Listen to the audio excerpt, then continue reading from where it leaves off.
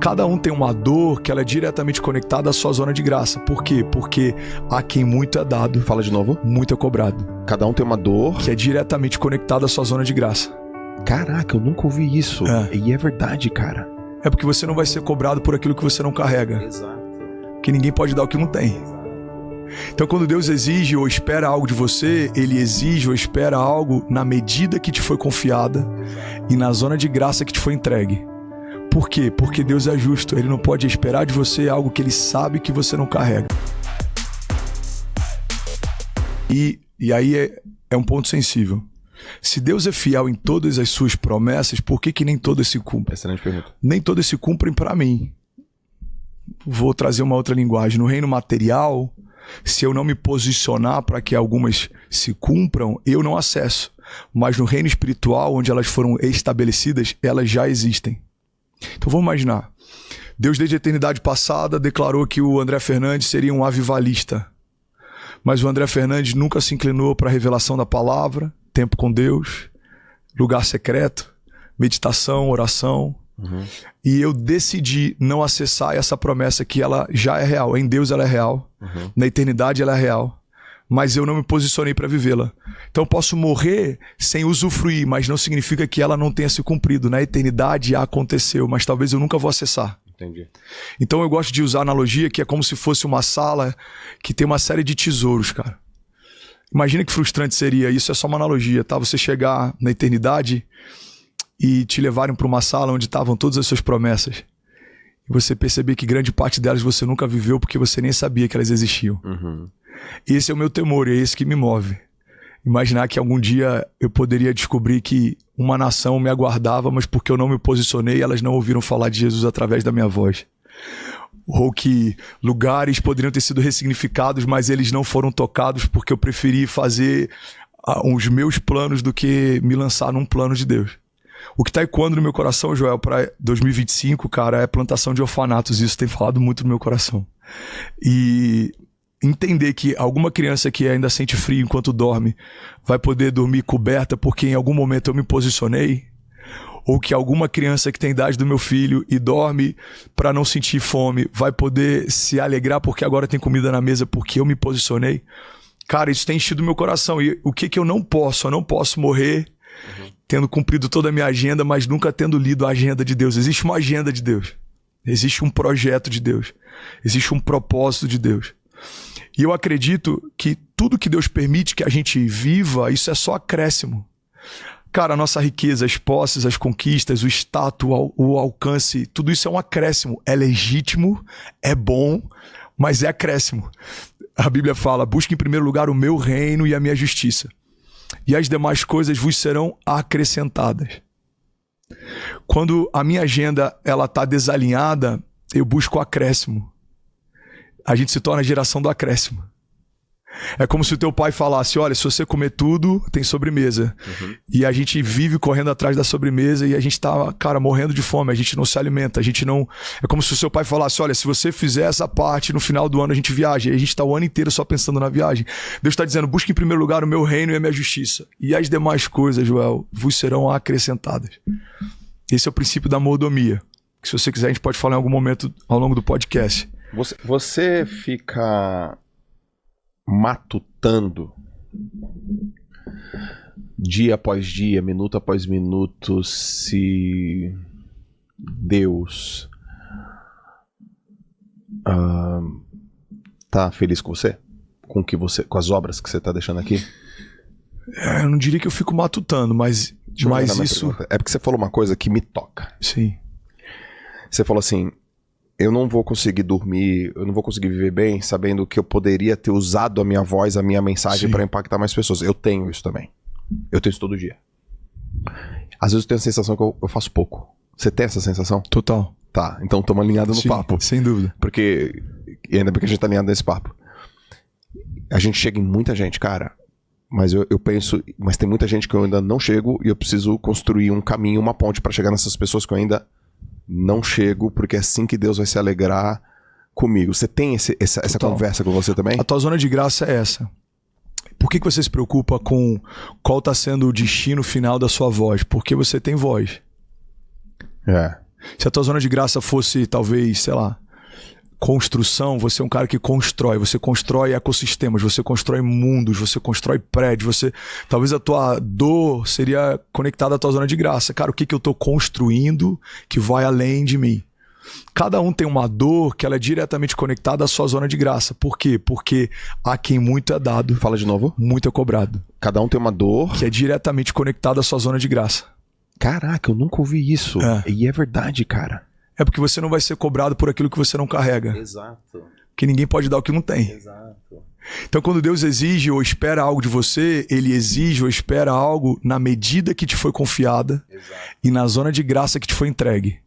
Por quê? Porque Deus é justo. Ele não pode esperar de você algo que Ele sabe que você não carrega. Cara, pega isso aqui. Alguns anos atrás, e não tem mais do que 4 anos, eu tô precisando pagar umas contas e eu tô sem nada na conta. E aí eu lembro, caramba, tem dinheiro no cofre da Cessi, que é a minha filha mais velha, de 11 anos. Na época ela devia ter 7. E aí eu falo com a Kezinha, amor, eu vou quebrar o cofre da Cessi e depois eu compro outro e coloco de novo. E eu vou lá, quebro o cofre da Cessi, pego o dinheiro que tem e uso para pagar uma conta. Joel, por que eu sei que tem dinheiro no cofre da minha filha? Por que você colocou? Porque fui eu que coloquei lá. Por que o pai espera algo de você? Porque ele sabe o que ele depositou em você. Exato. Então, aquele que te deu o que você tem, aquele que te estabeleceu onde você está, ele sabe o que você pode. E é por isso que quando a gente fala, Deus, eu não consigo, e ele sabe que consegue, ele fala, você sabe que você pode mais. Você sabe que você pode mais. Qual que é meu entendimento? Fernandes, se for para fazer para você sabe qual é o seu limite. Se for para fazer para os seus filhos, você sabe qual é o seu limite. Não estabeleça para mim um limite menor do que os que você já estabeleceu para você. Então, se eu fico sem dormir para fazer um lançamento digital, eu posso ficar sem dormir para fazer algo para ele ou para ter tempo com ele. Se eu me desgasto por uma semana para fazer algo que tem a ver com o meu ecossistema, eu consigo tirar uma semana para fazer algo que tem a ver com a agenda dele. Então, o que eu acredito isso aqui é muito forte. Todas as vezes que Deus estabelece sobre um homem uma nova medida de prosperidade ou de autoridade, é estabelecida também uma nova medida de juízo. Eu preguei sobre isso algumas semanas atrás e o tema da mensagem se chama O Poder da Entrega. Você quer ouvir sobre? Eu posso falar em 5 minutos. Pode falar em 1 hora.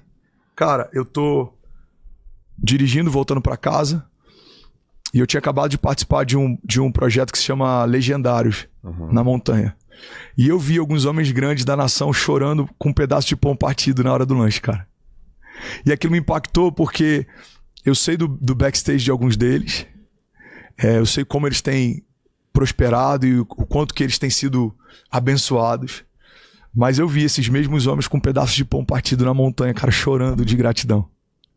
Eu lembro que quando eu volto do Legendários, eu tô tomando banho e eu começo a chorar por causa do banho quente, aí eu começo a chorar por causa da roupa limpa, eu começo a chorar por causa do ar-condicionado na hora de dormir. São coisas que às vezes passam batido no dia a dia, mas quando a gente é removido desse ambiente, a gente começa a valorizar o que sempre teve lá e a gente talvez nem percebia mais. E eu tô dirigindo. E eu começo a lembrar, eu falei, Deus, obrigado, olha a família que eu tenho, olha a igreja que eu lidero, olha o carro que eu dirijo. Jesus, olha onde a voz está chegando, olha o que o Senhor está me dando. Eu comecei. E aí Deus me deu uma palavra tão simples, cara, parece tão boba, mas para mim explodiu a minha mente. Deus falou, filho, lembra quando você ia comprar tênis na América? O teu budget máximo era $60. E você entrava de loja em loja procurando um par que fosse do seu número. E às vezes para comprar um tênis de $70 você se sentia culpado porque isso ia impactar o teu orçamento. Olha como eu tô te vestindo. Olha as roupas que eu tô te vestindo. Olha a casa que eu tô te dando. Aí Deus falou comigo. Quando você era menino, você podia entregar como menino. Mas se eu te estabeleci como um príncipe, agora você precisa entregar como um príncipe. Porque quando eu aumento a tua medida de autoridade, eu aumento a tua medida de juízo. Joel, eu chego para a igreja e eu compartilho essa mensagem. E aí eu tiro o tênis e começo a pregar descalço. E aí vem um jovem e fala, ele me chama enquanto eu estou pregando e fala, pastor, eu tenho o mesmo tênis que você e eu calço o mesmo número que você e eu queria te dar esse calçado. E aí ele me dá o calçado, eu falo, gente, acabei de ganhar esse calçado, ele não é mais meu, eu estou ofertando para a igreja. Alguém compra esse calçado aqui pra ofertar pra igreja, e alguém se levanta e fala, eu compro. E aí daqui a pouco outro. Cara, naquele dia eu volto descalço pra casa. E eu vi homens entendendo uma coisa que quando a gente entende, a gente muda a nossa história, a história dos nossos filhos, a gente muda uma geração. Toda nova medida de autoridade que Deus te concede exige de você uma nova postura. Se você for estabelecido como rei, se porte como rei. Se você for estabelecido como um homem de governo, se porte como um homem de governo. Se Deus estabeleceu como um pai, se porte como um pai. Porque você não é mais quem você era, você não está mais onde você estava, você não veste mais o que você vestia, você não tem mais o que você tinha. Então a gente precisa entender que existe um destino final para isso, porque milagre não é fim, milagre é meio. O milagre da vida do Joel não tem que terminar no Joel. E o Joel foi abençoado e ponto. E Jesus se revela para Joel e ponto. Porque a tua história não é ponto final. E Joel teve uma revelação de quem Jesus é.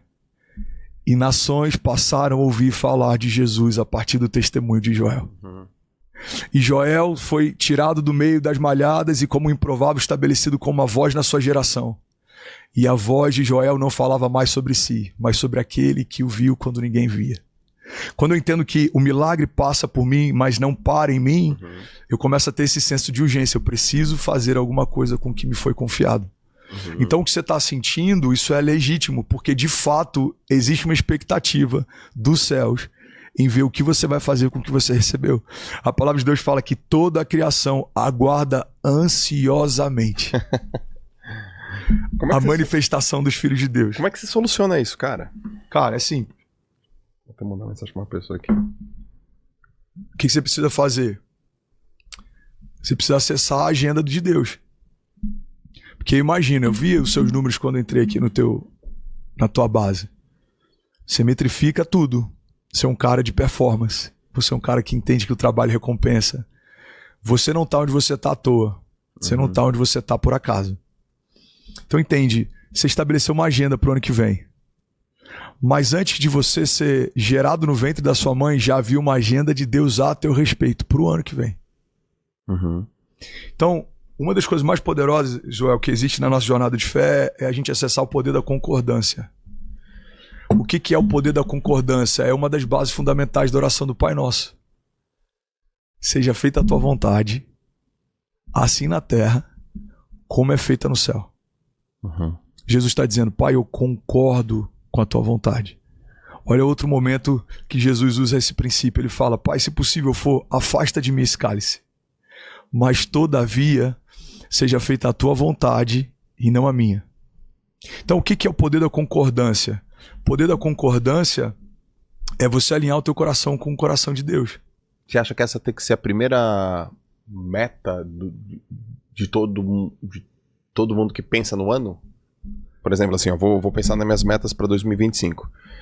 Essa é a primeira agenda. A agenda de Deus é que eu tenho que começar. Se a gente entender que antes da gente pisar em 2025, ele já passei na eternidade futura. Se a gente entender que tem coisas que eu projeto para o próximo ano, mas ele já esteve lá, é mais fácil eu consultar aquele que é o pai do tempo do que eu ficar tentando adivinhar o que o tempo tem para mim. É verdade. Então tem gente que tá assim, cara, eu tô tentando projetar 2025, eu tô acessando com o pai do tempo. Pai, o que você já preparou para 2025? Porque quem se antecipa governa. Quem que se antecipa, Joel? Quem ouve o céu. Todo homem que ouve o céu governa na terra. José, ele ouve o céu e ele fala, vão vir períodos de fartura, mas logo em seguida vem períodos de seca. Então a gente vai guardar a semente para o tempo das vacas magras. Perfeito. E ele governa. Então a gente pega isso na história de José, na história de Abraão, na história de Davi. Abraão, ele ouve dos céus uma direção. E nem sempre Deus te fala o que fazer, mas tem momentos que Deus vai te falar o que não fazer. Nem sempre Deus te fala para onde ir, mas tem momentos que Deus vai te falar onde não permanecer. Para Abraão, ele não fala para onde ele vai, ele fala para onde ele precisa sair. Ele fala, sai da tua terra, do meio da tua parentela, e vai para o lugar que eu te mostrarei. Então, uma coisa que a gente precisa entender é o seguinte, ó. Etimologia da palavra concordância. Concordes. Corações alinhados. Então, discordância significa discordes. Corações desalinhados, desconectados. O que significa concordar com a vontade de Deus? Significa que o meu coração agora vai bater no ritmo das batidas do coração de Deus. Então significa que se Deus tem para mim um projeto no próximo ano, Deus, eu quero que o meu coração bata no ritmo do seu coração. Deus, eu quero que o meu coração se incline para onde está inclinado o teu coração. E o que isso gera, Joel? Gera uma jornada mais assertiva. Você não vai perder mais tanto tempo em coisas em que Deus não está. Você não vai investir em projetos que Deus não está. E aí ninguém entende por que um homem que ouve os céus, ele cresce tão rápido, ele corre tão rápido, ele chega tão longe. Porque você discerne o tempo e o modo. Você não se frustra tanto, você não tropeça tanto, você não força portas que não são para entrar, você é mais assertivo.